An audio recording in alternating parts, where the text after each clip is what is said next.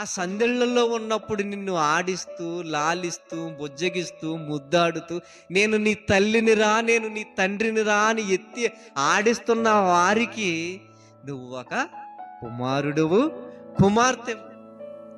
ఆ తల్లి ప్రసవ దినాల నిండేంత వరకు, నిన్ను కనేంత వరకు ఎన్ని కష్టాలు పడిందో ఒకసారి ఆలోచిస్తే ప్రియమైన దేవుని వాళ్ళరా, నా తల్లి నా కొరకు ఎంతగా కష్టపడిందా అంటే అంత కష్టపడింది.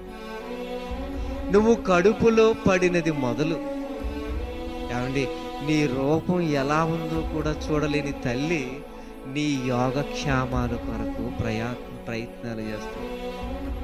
ఇప్పటి వరకు నేను ఒక్కదానినే, కానీ ఎప్పటి నుంచి నాలో ఒక బిడ్డ పెరుగుతుంది అంటే నేను ఎప్పటిలా ఎలా పడితే అలా నడవకూడదు. అప్పటి వరకు ఎలాగైనా నడిచేది తల్లి, కానీ నువ్వు కడుపులో ఉన్నావని కొంచెం ఏం చేస్తుంది, ఆగి ఆలోచించి ఆచి చూచి నడవటం ప్రారంభిస్తుంది. ఎందుకు?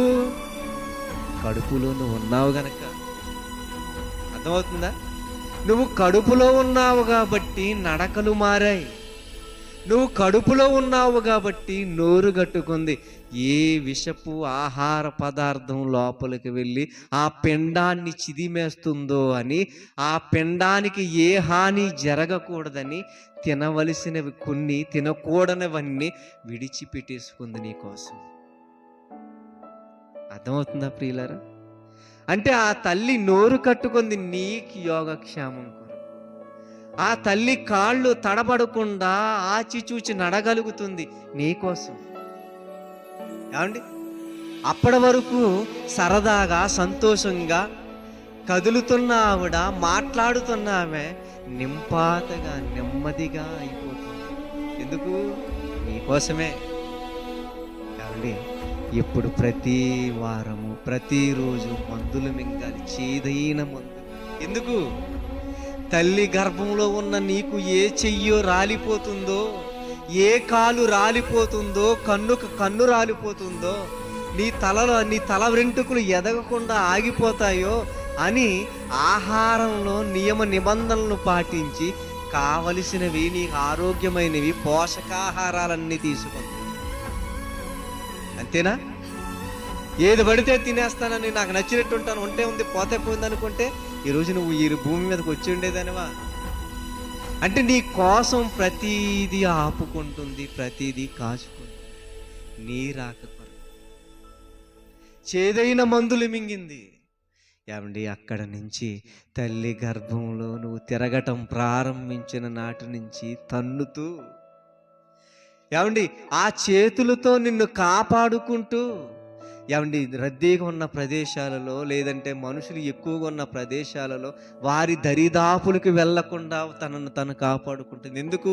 ఆ తొక్కీసలాటలో వారి గెంటుకుంటున్నప్పుడు గర్భంలో ఉన్న నీకు ఏదైనా హాని జరుగుతుందో, ఏదైనా దెబ్బ తగులుతుందో అని.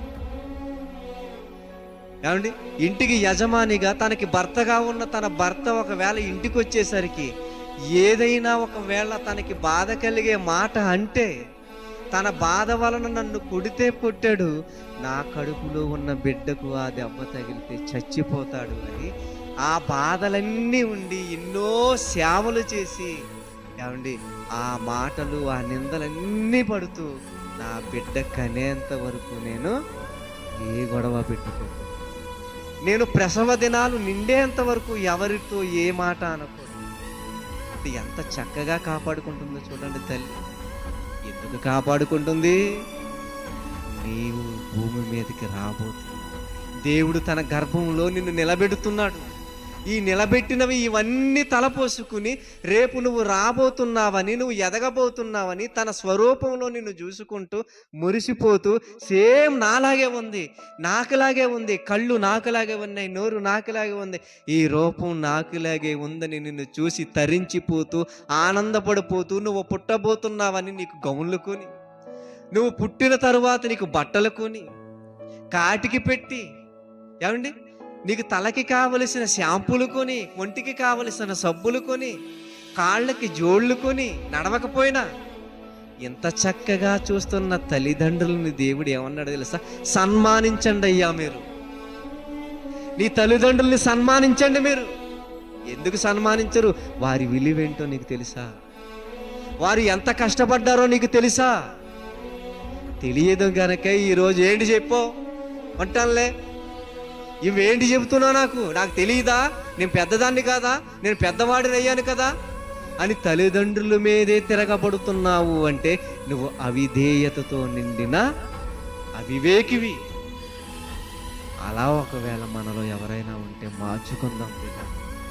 ఇదిగో నీ తండ్రి అయిన దేవుణ్ణి నువ్వు సన్మానిస్తున్నావు అంటే ముందు నువ్వు తల్లిని సన్మానిస్తావు.